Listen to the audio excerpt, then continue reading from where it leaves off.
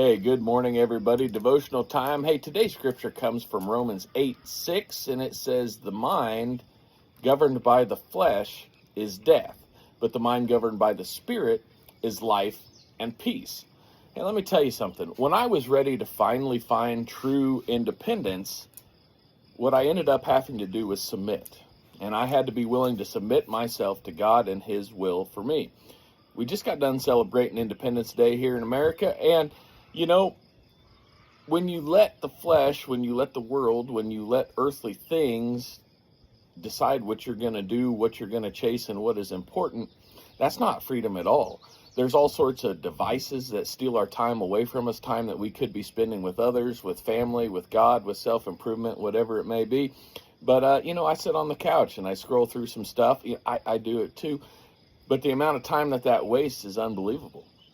There's nothing wrong with a job well done and working hard, and we all need a little bit of money. It helps pay the bills and makes the world go around.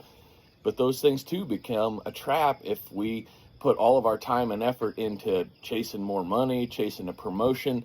If we get bogged down in our work and we start treating that more like an idol, that's stuff that we all got to be careful with. And it is easy to do in this day and age. But when we decide that we are going to seek God's will for our life, when we decide that we're going to spend time with Him and find out what's really important, and we end up spending more time with our kids, we end up spending more time, quality time with our friends, we end up spending more time with our family, we end up spending more time with those people we care about, those are all very good things. Maybe we're spending more time in our community helping serve. Maybe we're spending more time with God and digging into His Word.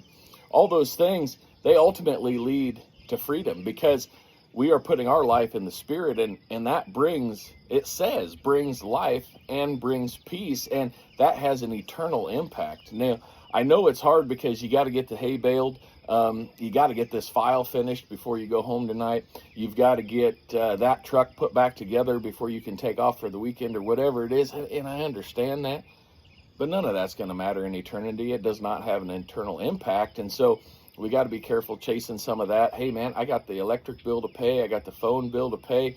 I got to put fuel in the tank, whatever it is. That's all important too. It certainly is, but that doesn't have any eternal impact. If you die with $100,000 or $100 million, you're still dead.